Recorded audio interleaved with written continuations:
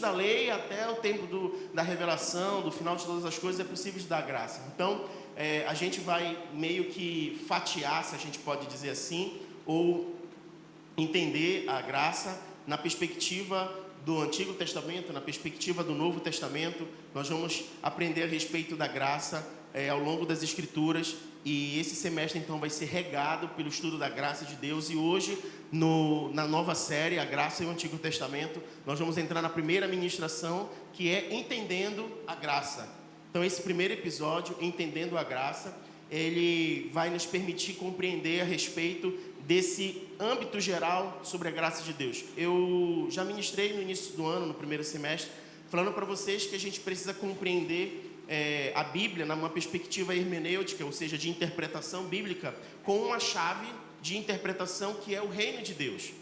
Então, quando a gente olha para a Bíblia na perspectiva dessa chave, reino de Deus, a gente entende então que Deus é o Deus governante, soberano, criador dos céus e da terra. Ele fez todas as coisas e tudo está sob seu domínio. Então, toda a abrangência do domínio de Deus envolve o seu reino. E quando nós olhamos as Escrituras nessa perspectiva de chave de interpretação, de hermenêutica, a gente começa a entender que quando a gente trata de alguns assuntos, é como se a gente estivesse fatiando a Bíblia.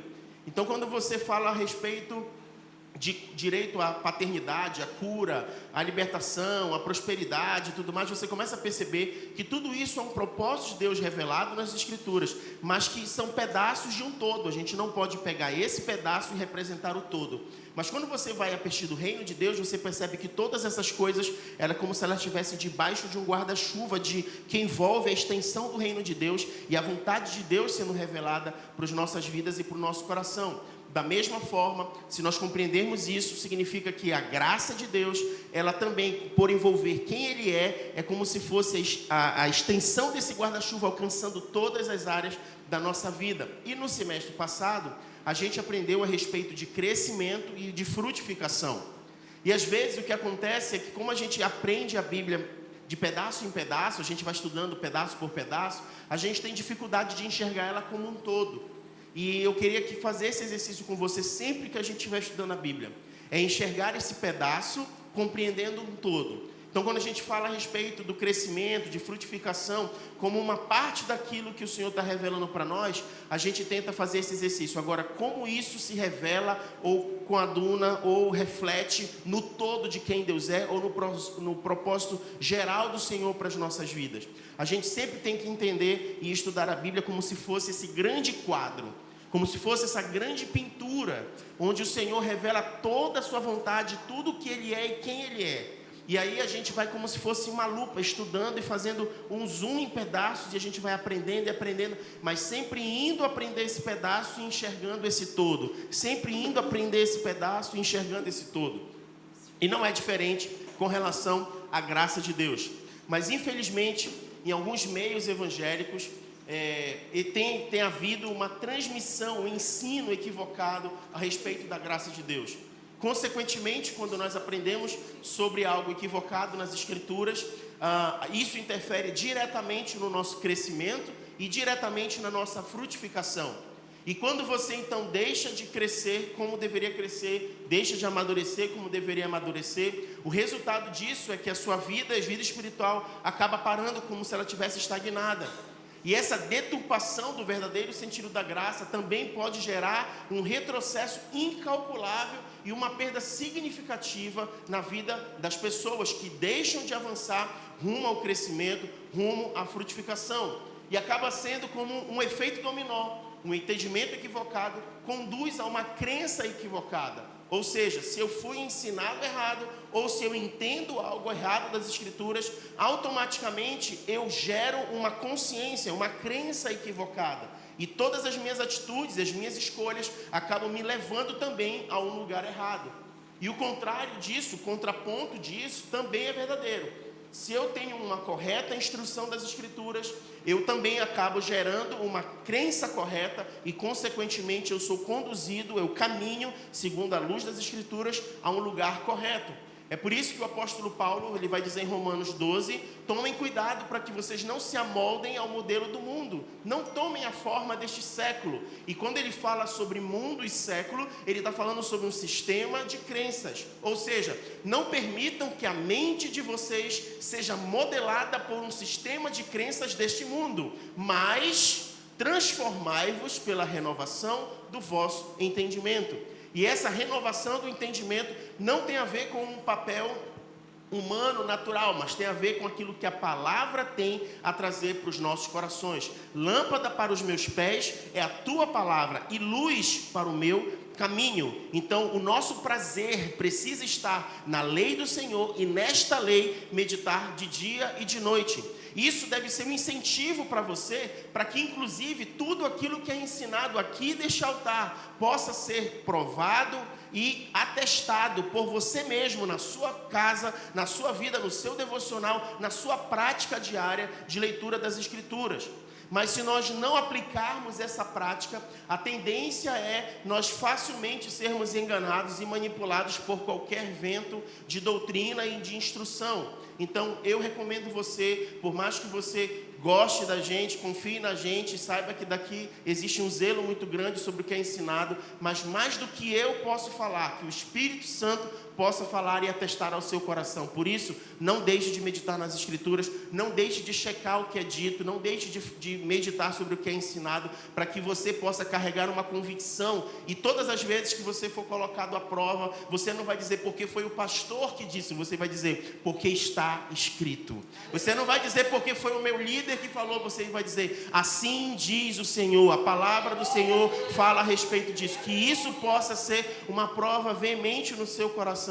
E eu quero que você abra comigo, a Letícia leu Colossenses agora na abertura do culto, ela leu Colossenses capítulo 3, não foi? Eu quero ir com você para Colossenses capítulo 1, Colossenses capítulo 1, a partir do verso 3, eu vou só pedir que vocês usem a versão que eu vou usar aqui, que é a King James, para poder o pessoal acompanhar direitinho, tá?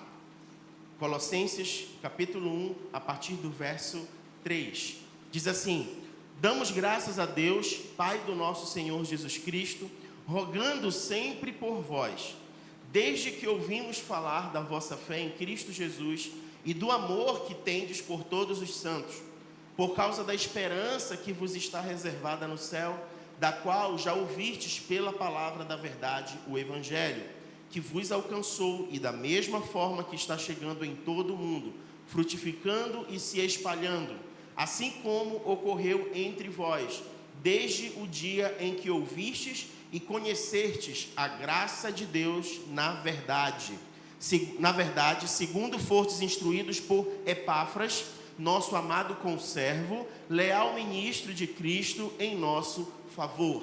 E eu quero destacar para você algumas informações importantes do que o apóstolo Paulo fala aqui à igreja, aos Colossos. O que ele traz aqui? 3 destaques, e eu quero dar ênfase a esses 3 destaques que o apóstolo Paulo fala. O primeiro está entre o verso 4 e o verso 6, quando ele fala a respeito de frutificação. O apóstolo Paulo fala que ele reconhece sobre a vida daqueles cristãos que se reúnem na igreja aos Colossos. Ele diz que aqueles irmãos, eles são pessoas que frutificam.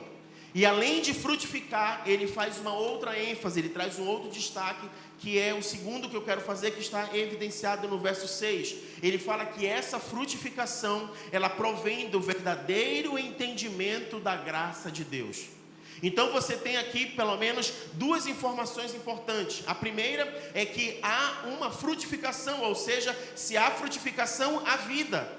Todo ser vivo, ele frutifica, ele reproduz. Então, se há frutificação, é porque aquela igreja é uma igreja viva, uma igreja que está sendo nutrida. E ele diz então que esta nutrição, essa frutificação, ela vem de um verdadeiro entendimento da graça de Deus. Ou seja, significa que é uma igreja que está fundada verdadeiramente nas Escrituras e na palavra, recebendo nutrientes necessários e adequados para que ela em si frutifique. Então significa dizer que esse fruto é um resultado de um entendimento correto a respeito da graça de Deus.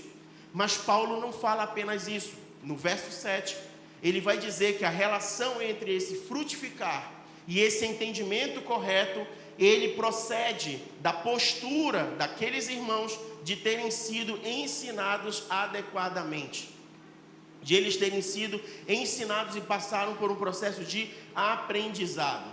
Os irmãos dessa igreja alcançaram o entendimento correto acerca da graça porque houve quem havia ensinado a eles. E diante dessa realidade, para ver frutificação na vida cristã, se faz necessário ser instruído e obter correto entendimento a respeito da graça divina. O responsável por isso naquela igreja foi Epáfras. E ele é chamado pelo apóstolo Paulo como fiel ministro de Cristo. E para Paulo falar que ele é um fiel ministro de Cristo, significa dizer que além dele, como quem é zeloso pelas Escrituras, é possível e era possível naquela época ser encontrado algumas pessoas que exerciam o seu papel de influência e em vez de ensinar adequadamente a respeito do Evangelho e da graça do Senhor, eles estavam ensinando e deturpando a respeito das Escrituras, a respeito da graça de Deus, trazendo distorções no meio da igreja. E o primeiro alerta que eu quero trazer para você nessa manhã, nesse momento de ensino, é que nós precisamos ter cuidado com as distorções. Precisamos ter cuidado com as distorções a respeito do real ensino das Escrituras. Abre comigo em Judas. Judas 1, a partir do verso 3. Judas 1, 3. Diz assim: Amados, enquanto me preparava com grande expectativa para os escrever acerca da salvação que compartilhamos, senti que era necessário, antes de tudo, encorajar-vos a batalhar dedicadamente pela fé, confiada aos santos de uma vez por todas. Verso 4. Porquanto certos indivíduos, cuja condenação já estava sentenciada há muito tempo, infiltraram-se em nossa congregação com toda espécie de falsidades. Essas pessoas são ímpias e adulteram a graça do nosso Deus em libertinagem e negam Jesus Cristo como único, soberano e Senhor. O que Judas está reconhecendo aqui? Uma necessidade. A necessidade de exortar os irmãos a que eles lutem pela fé. E por que isso era necessário? Porque naquela época já haviam ensinos que relativizavam a verdade bíblica do Evangelho. E de todas as possíveis ameaças que a gente pode encontrar, que envolviam essa advertência de Judas à igreja, uma é acentuada: o adulterar a graça de Deus e transformar isso em libertinagem. Desde os primórdios da Igreja de Cristo, há muitas tentativas de definir a graça como uma espécie de permissão ou de uma complacência em relação ao pecado. Não sei se você já ouviu falar do Dr. Russell Shedd, é um grande teólogo da igreja brasileira, uma referência no aspecto teológico. Uma certa vez ele fez a seguinte declaração: ele declarou que a graça sem compromisso não representa a realidade bíblica. Ou seja, se nós estamos salvos e fomos salvos porque a graça do Senhor se manifestou a todos os homens, e ela se manifestou para salvar todos os homens, e eu fui alcançado por esta graça. Essa graça me permitiu então ir aos pés de Jesus e aceitá-lo como Senhor e Salvador. Não adianta eu ter este passo, ter esta atitude, ter este posicionamento, se a minha caminhada cristã ela não é acompanhada por compromisso bíblico. Se não é acompanhada por compromisso, significa dizer que o que me alcançou pode ter sido um medo do inferno, uma conveniência da situação, uma ação emocional sobre algo que eu experimentei, mas a graça salvadora, a real graça que nos alcança, ela nos leva a um posicionamento bíblico. Por isso é necessário que a nossa vida seja uma vida que testifique o compromisso com o Senhor e com a sua palavra. Olha o que está em Apocalipse capítulo 2, verso 6. Nós todos sabemos que em Apocalipse existem certas cartas enviadas às igrejas. E em Apocalipse 2, 6, nesse trecho, nós temos uma carta enviada à igreja de Éfeso. E olha só o que diz as Escrituras: tens, contudo, a teu favor, que odeias as práticas das nicolaítas, as quais eu também odeio. Ou seja, a igreja de Éfeso recebendo uma carta, a carta à igreja dizendo que tem um ponto positivo na vida daquela igreja. Eles não adotam as medidas, os procedimentos, o comportamento dos nicolaítas. Eles odeiam esse comportamento, eles não atuam no meio deles, não permitem esse tipo de prática. Mas olha o que diz no verso 15. Outra carta, agora à igreja de Pérgamo. Diz o seguinte: além disso, tens também alguns que semelhantes seguem a doutrina dos nicolaítas. Então nós temos aqui duas igrejas, a igreja de Éfeso e a igreja de Pérgamo.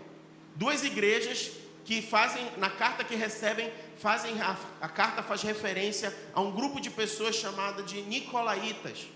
E numa igreja eles abominam o comportamento dos nicolaítas e na outra igreja eles adotam o mesmo comportamento, a mesma maneira de pensar. Essa seria a convergência entre essas duas cartas aqui. Mas o que são os nicolaítas? Que referência é essa?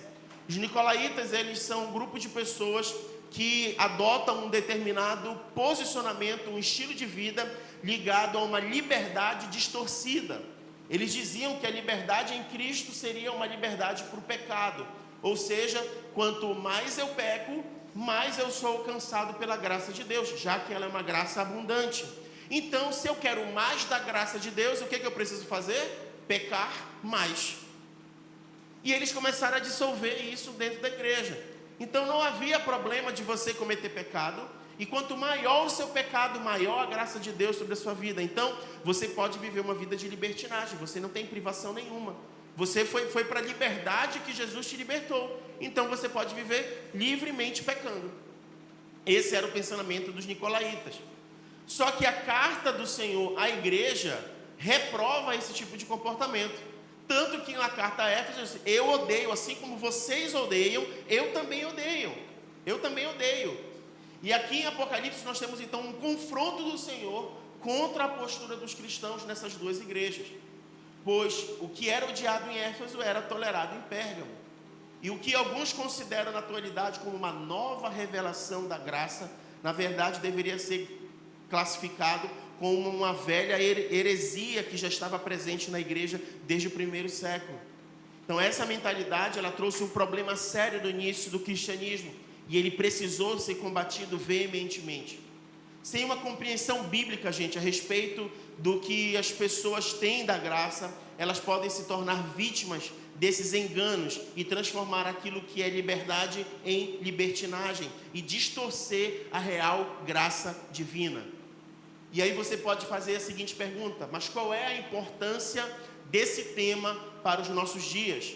Bem, por que nós devemos dar atenção então a isso, à graça e ao cuidado com essas distorções? Porque a gente não pode ser imprudente e ignorar as inúmeras advertências bíblicas contra os falsos mestres e os falsos profetas e o falso ensino. Eles são responsáveis pelo engano e a deturpação da verdade bíblica. E a Bíblia alerta a respeito desse perigo há muito tempo. Abre comigo em 1 Timóteo, capítulo 4. O apóstolo Paulo orientando o jovem Timóteo, 1 Timóteo, capítulo 4, a partir do verso 1. O apóstolo Paulo faz uma advertência a Timóteo.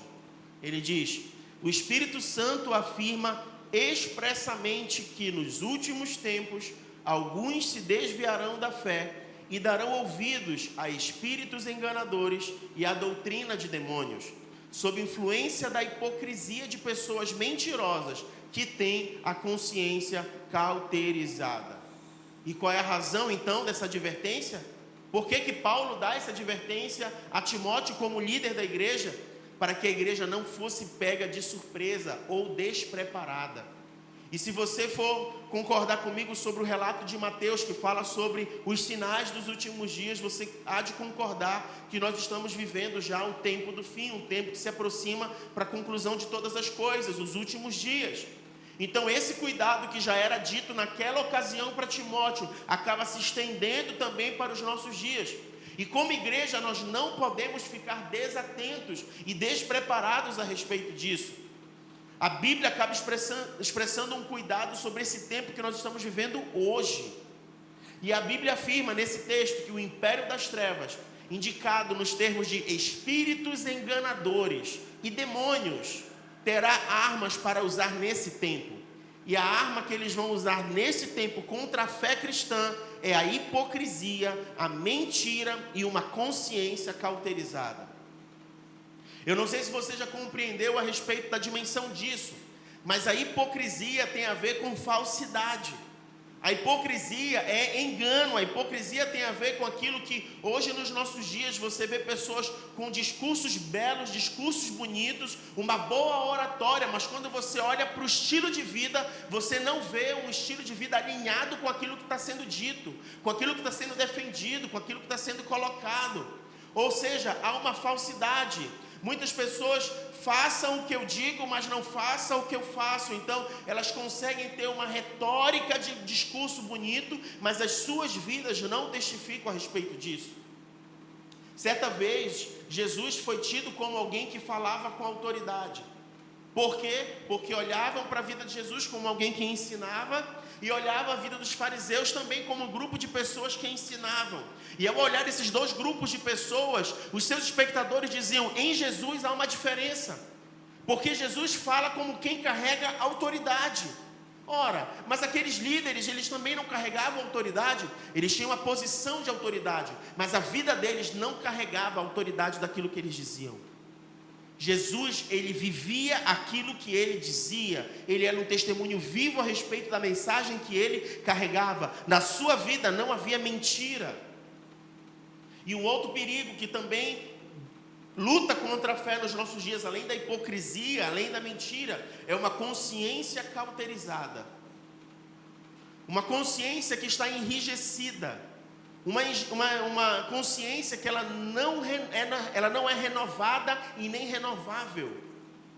Quando a gente chega num ponto de uma consciência cauterizada, a gente deixa de experimentar o processo de renovação da mente. A gente deixa de experimentar o processo do renovo.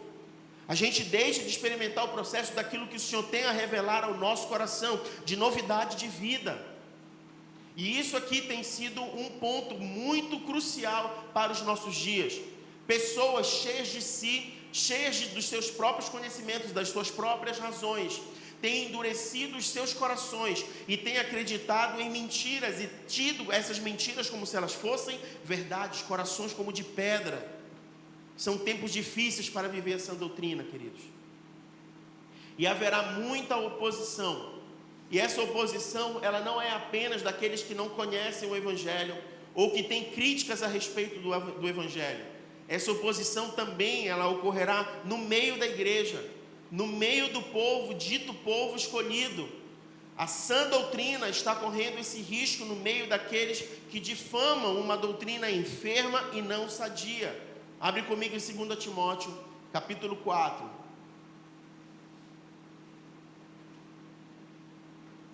2 Timóteo capítulo 4, a partir do verso 3. As pessoas, elas terão sede de ouvir apenas aquilo que elas desejam. Olha o que diz o texto. Porquanto chegará o tempo em que não suportarão o santo ensino. Ao contrário, sentindo coceira nos ouvidos, reunirão mestre para si mesmos, de acordo com as suas próprias vontades. Tais pessoas se recusarão a dar ouvidos à verdade, voltando-se para os mitos. Abre comigo em 2 Pedro, capítulo 2, verso 1.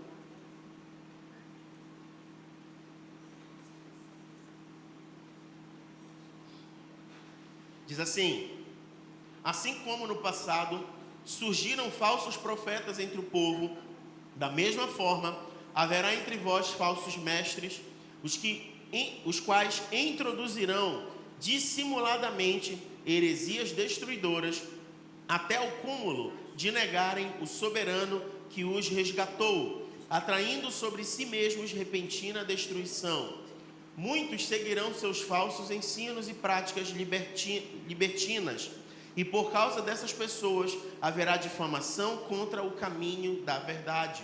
Movidos por sórdida ganância, tais mestres os explorarão com suas lendas e artimanhas. Todavia, Sua condenação desde há muito tempo paira sobre eles, e a sua destruição já está em processo. O que é que nós temos aqui nesses dois textos, de apóstolo Paulo falando a Timóteo e de Pedro falando à igreja? Nós temos então duas posturas que são comportamentos dentro do meio da igreja que estão se colocando em oposição à verdade da palavra. São falsos mestres que surgem dentro da própria igreja, ensinando as pessoas de maneira equivocada.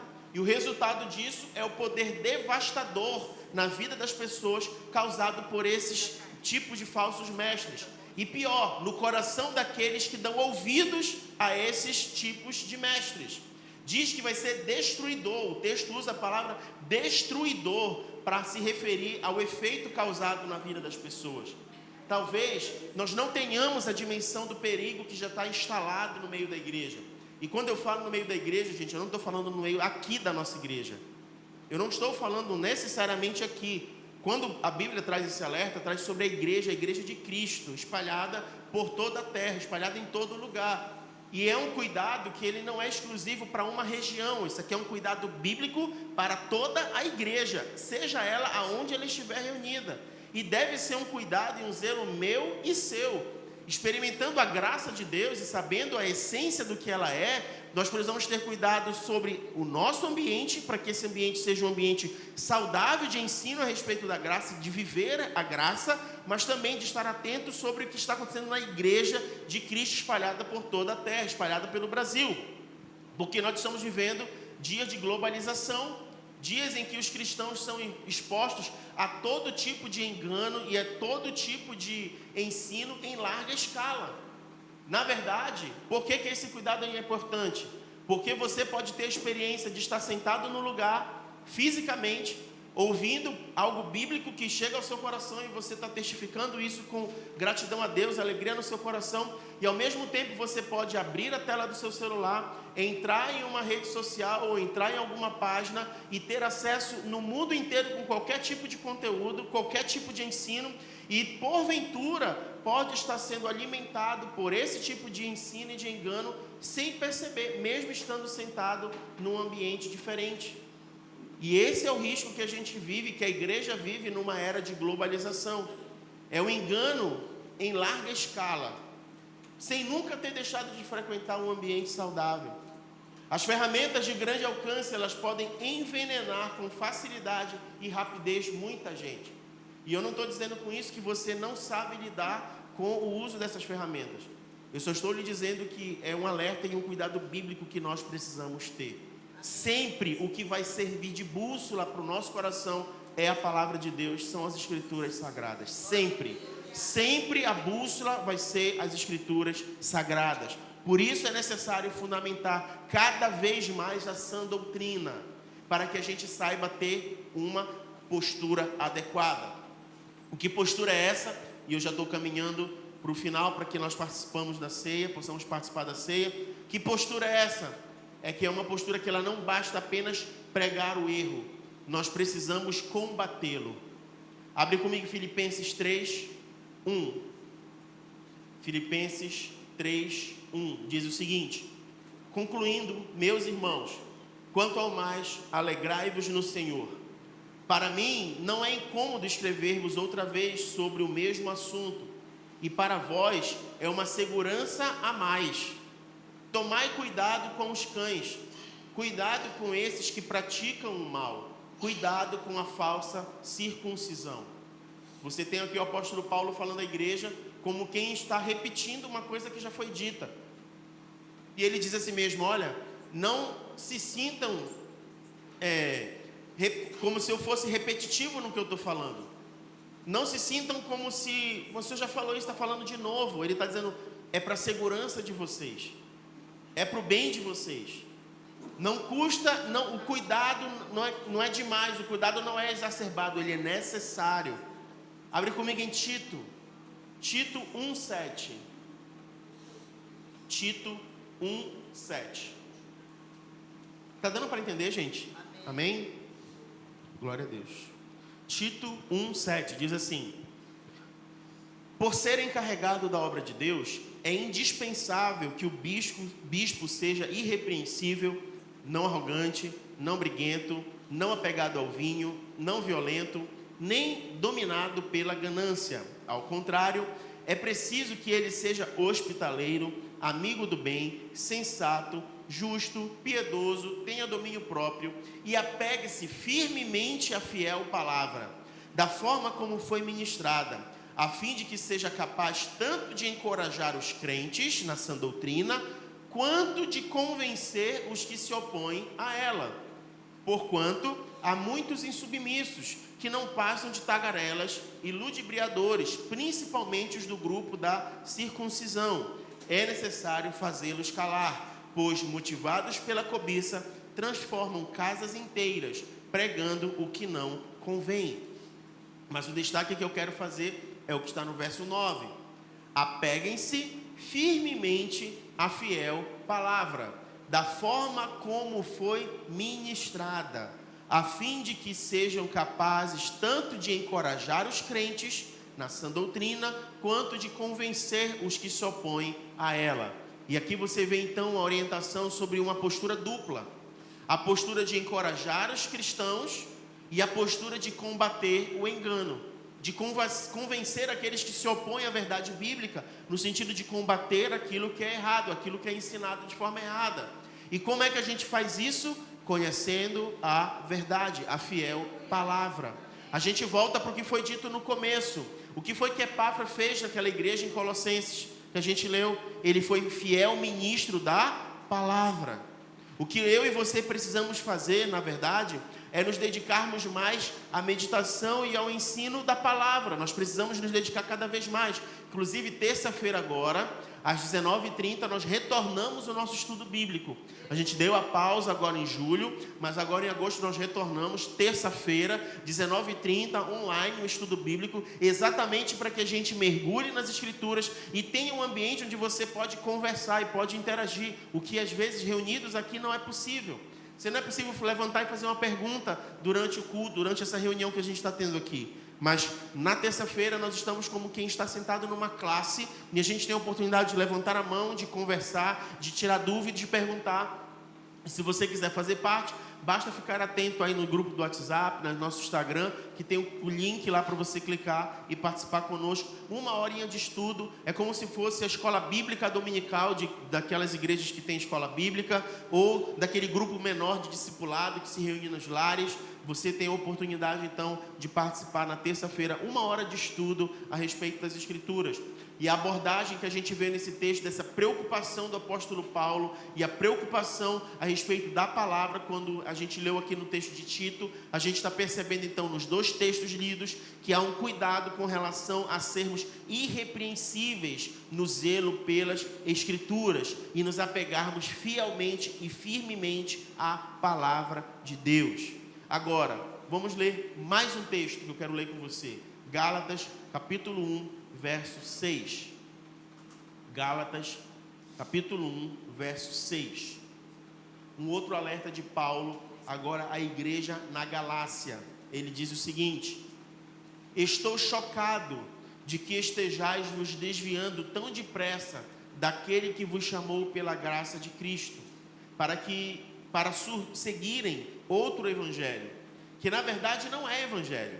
O que acontece é que algumas pessoas vos estão confundindo com o objetivo de corromper o evangelho de Cristo. Contudo, ainda que nós, ou mesmo um anjo dos céus, vos anuncie um evangelho diferente do que já foi pregado, do que já vos pregamos, seja considerado maldito, conforme já vos revelei antes. Declaro mais uma vez: qualquer pessoa que vos pregar um evangelho diferente daquele que já recebestes, seja amaldiçoado. E o que representa então esse termo usado por Paulo de um evangelho, um outro evangelho? Significa algo com um caráter oposto. Uma tentativa de mudar o evangelho, ele era comum no meio da igreja desde o início. E hoje nós acabamos encontrando no meio do povo evangélico um estilo de evangélico chamado evangelho transgênico, onde as pessoas vão modificando e mudando as coisas à medida em que vai se ajustando aos seus desejos, às suas vontades e se desviando do padrão bíblico.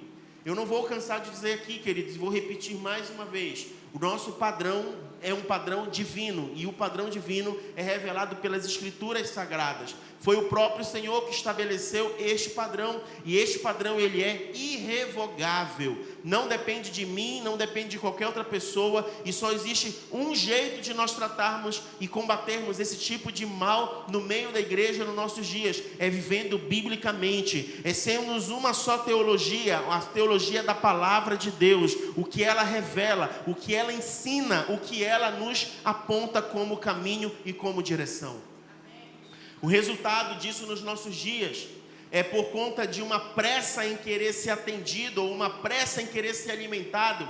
Assim como o nosso corpo físico tem se acostumado com uma alimentação vazia, mas entregue muito rápido, como dos fast food, tem levado as pessoas a se alimentarem apenas de uma parte da palavra ou de uma fatia da palavra, que acaba sendo a teologia de uma página só ou a teologia de um versículo só. E esse versículo, fora de contexto, acaba saindo e virando um pretexto para muitas coisas, quando na verdade acaba sendo uma heresia, quando ela não é refletida com a totalidade das Escrituras. Muito cuidado com essas frases de efeito, muito cuidado com esses recortes da palavra, com essas palavras fora de contexto, muito cuidado com teologias sendo ensinadas onde ela não comunica o todo da palavra, mas apenas se prende naquele versículo ou naquela página. Tome muito cuidado para que você não mergulhe de cabeça em um ensino herético que vai contra as Escrituras Sagradas. Esse é um cuidado que todos nós precisamos ter nos nossos dias, de tanta celeridade e de tanta velocidade. Eu costumo dar esse exemplo porque para mim ele é um exemplo mais didático que a gente pode ter. 1 Coríntios capítulo 13, a gente vê ali o apóstolo Paulo falando a respeito do amor. E muitas pessoas usam esse texto de 1 Coríntios 13 para falar sobre casamento, e falar sobre relacionamento, e falar sobre a maneira como as pessoas precisam se portar sobre este assunto. Só que quando você estuda a Bíblia, você aprende que você tem que considerar o que vem antes e o que vem depois, porque é um livro, e ele não foi escrito aleatoriamente. Os capítulos, eles facilitam a nossa leitura, o nosso estudo.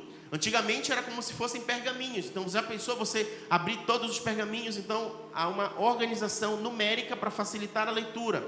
E quando você vai para 1 Coríntios capítulo 12 e você vai para 1 Coríntios capítulo 14, você percebe que na carta o apóstolo Paulo está falando de outra coisa. Ele não está falando de relacionamento, ele não está falando de matrimônio, ele está falando sobre dons. Então, o que Paulo faz no capítulo 12 falando de dons? De repente ele fala de amor e depois ele volta para falar de dons. Significa dizer que aquele capítulo 13, ele não é um apêndice ali. Aquele capítulo 13 está dizendo, por isso que o texto começa: ainda que eu fale a língua dos homens e dos anjos. O que é falar a língua dos homens e dos anjos? O que ele apontou no capítulo 12 a respeito dos dons. Aí ele vai dizer: se eu não tiver amor, é que nem um sino que faz barulho. É isso que ele está dizendo. E aí ele começa a dizer então, o que é o amor? E aí ele fala o que é o amor. E a vida e a vivência a respeito do amor é para quê? Para que eu saiba usar os dons. Ou seja, eu não posso usar um dom de forma inconveniente, porque o amor não se porta de forma inconveniente. Eu não posso usar o dom com soberba, porque o amor não se porta com soberba. Está dando para entender? Eu não posso agir com o dom como se isso fosse uma licença para que eu seja colocado num pedestal como alguém espiritual, diferente daqueles que não são espirituais. O amor não se ufana nem se ensoberbece. Com o dom eu não preciso me ensoberbecer, e eu não preciso me portar de forma inadequada. Está dando para entender? Então, quando a gente não exercita o estudo bíblico, a gente corre o risco de pegar um texto, usá-lo fora de contexto e viver um engano. E transformar isso numa doutrina. E transformar isso num estilo de vida. E deixa eu dizer para você, foi isso que os nicolaítas fizeram. Porque eles aprenderam que a graça era uma graça abundante. Então, se a graça é abundante, como eu vou ser aumentado na graça de Deus?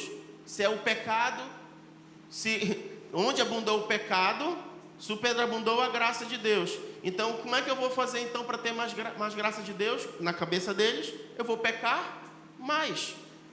Um texto fora de contexto, usado separadamente, conflitando com o princípio de toda a Escritura, com toda a orientação. E isso é tão sério ao ponto do apóstolo Paulo chegar e dizer então isso aqui aos Gálatas. Se alguém, ou até mesmo um anjo vier ensinar algo diferente daquilo que vocês receberam genuinamente, que este seja amaldiçoado. Anátema, que seja amaldiçoado. Dada a seriedade e a gravidade. E eu queria convidar você a se colocar de pé, porque nós vamos mergulhar ao longo de todo esse semestre sobre o assunto da graça, a respeito da graça. Não conhecendo a graça como uma fatia, mas a graça como uma revelação completa do nosso Senhor. E isso vai exigir de mim e de você compromisso. Compromisso de nós lermos as Escrituras, compromisso de nós meditarmos na palavra, compromisso de nós termos um coração ensinável, compromisso de nós buscarmos ouvir a voz do Espírito Santo. As cartas que foram escritas às igrejas no Apocalipse, elas começavam dizendo assim mesmo: quem tem ouvidos, ouça o que o Espírito tem a dizer à igreja. E era o Espírito que estava comunicando à igreja, falando à igreja. Que eu e você possamos ter um coração ensinável ao ponto de ouvir o que o Espírito Santo tem a dizer à sua igreja. E que Ele tenha misericórdia de todos nós que tivermos a oportunidade de nos domingos estarem trazendo, aos domingos e às terças-feiras, estarem trazendo esse ensino para a igreja, para que o corpo de Cristo seja edificado. Que o Senhor tenha misericórdia e tome o controle de toda a nossa vida em relação a isso. Eu quero convidar você a orar, porque hoje nós vamos participar da ceia do Senhor. E um dos momentos mais importantes de participar da ceia do Senhor é nós entendermos e pensarmos a respeito de como está a nossa vida. Para que a gente não venha comer do pão e beber do cálice sem discernimento, sem entendimento, sem compreender o que significa este símbolo, sem entender o que significa o sacrifício de Jesus na cruz, o que nos permite estar aqui hoje. Então, eu queria que você curvasse sua cabeça, porque assim como nós aprendemos sobre a graça e precisamos nos posicionar nesses dias e guardar o nosso coração contra o falso ensino, nós precisamos também estar atentos sobre o compromisso. Não há graça sem compromisso. Não há uma vida que experimente da graça de Deus que não testifique o compromisso da aliança feita com o Senhor. E é disso que nós vamos falar quando nós participamos da ceia. Então eu queria te dar essa oportunidade agora de fechar os teus olhos, curvar a tua cabeça e começar a falar com o Senhor. Não sou eu quem sabe o que você precisa acertar com o Senhor e alinhar com o Senhor sobre o seu coração, sobre os seus pensamentos, sobre a sua vida, mas nós temos nesse momento a oportunidade de nos arrependermos e de nos colocarmos numa posição onde, Senhor, faça a tua vontade. Senhor, fale aos nossos corações. Senhor, nos leve a um ambiente de arrependimento, nos leve aos teus pés, nos leve à cruz do Senhor. O Senhor é o centro de tudo. Faça essa oração, ore ao Senhor agora, em nome de Jesus.